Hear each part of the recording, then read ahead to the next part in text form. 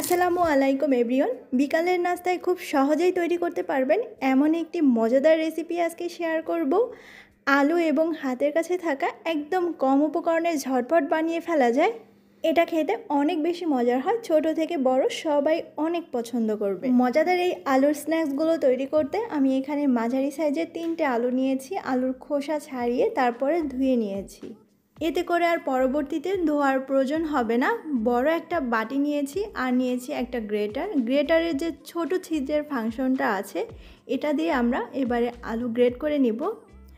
আলু যদি আপনি একটু উপর থেকে টেনে টেনে নিচের দিকে গ্রেট করেন তাহলে খুব সুন্দরভাবে গ্রেট হয়ে যাবে। আলু গ্রেট করে নিয়েছি। এবারে এর সাথে হাফ চা চামচ লবণ দিয়ে দিচ্ছি, অথবা স্বাদ মতো দিতে হবে। তারপরে হাতের সাহায্যে একটু মাখিয়ে তারপরে একটা ঢাকনা দিয়ে ঢেকে রেখে দিব 10 মিনিটের মতো। আর 10 মিনিট পরে দেখা যাবে আলু থেকে অনেকটাই পানি বের হয়েছে। এবারে আলুগুলো 2 হাতের সাহায্যে ঠিক এভাবে করে চেপে চেপে এর ভিতরের অতিরিক্ত পানিটা ফেলে দিতে হবে।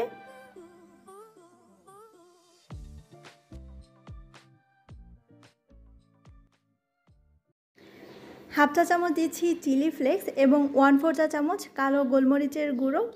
কেউ ঝালটা অ্যাভয়েড করতে চাইলে চিলি ফ্লেক্সটা বাদও দিতে পারেন। কর্নফ্লাওয়ার দিচ্ছি 2 টেবিল চামচ। আর তারপরে হাতের সাহায্যে একসাথে সব কিছু মাখিয়ে নিতে হবে।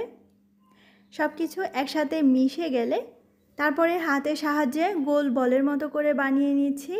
একটু লক্ষ্য করলেই বুঝতে পারবেন, একদমই ইজি।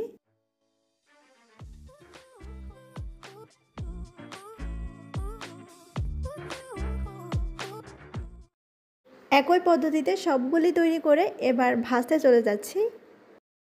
ভাজার জন্য তেল মাঝারি আঁচে গরম করে নিতে হবে, আর তারপরে চুলার জালটা মাঝারি রেখে ভাজতে হবে। মোটামুটি 7-8 মিনিটের মাঝেই দেখা যাবে গোল্ডেন কালার চলে এসেছে। এরই মাঝে কিন্তু একদমই মুচমুচে করে ভাজা হয়ে যাবে। এরকম সুন্দর একটা কালার চলে আসলে এবারে তুলে নিচ্ছি।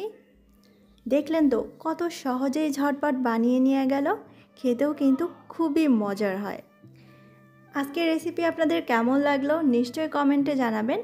আর যদি ভালো লেগে থাকে তাহলে অবশ্যই একটা লাইক দিবেন, ফ্রেন্ডস এবং ফ্যামিলির সাথে শেয়ার করতে পারেন।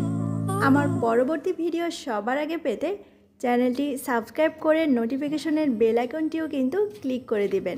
সবাই অনেক বেশি ভালো থাকবেন, সুস্থ থাকবেন এই কামনা করে আজকে এখানেই বিদায় নিচ্ছি। আল্লাহ হাফেজ।